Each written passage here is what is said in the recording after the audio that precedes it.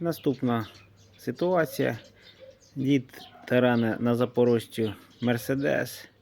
Вивалюються такі братки. Каже, так, дід, ти жорстко попав. Каже, хлопці, подождіть. Відкриває багажник, витягує звідти лампу Аладдіна. Потер, і туди джин вилазить. Каже, чуєш, зробай пацанам шашличка, там все, фух. Зробив шашлик, ті всі офігевші. Каже, чуєш, дід, не треба нам нічого, забирай мерз.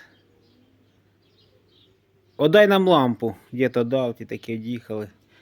Потерли, каже, чуєш, ми хочемо, вилазить джин, каже, ми хочемо всі акції світу, всі банки світу, щоб були наші. Джин такий подивився, каже, ребята, каже, діло в тому, що я нічого не можу, я тільки шашлик можу жарити.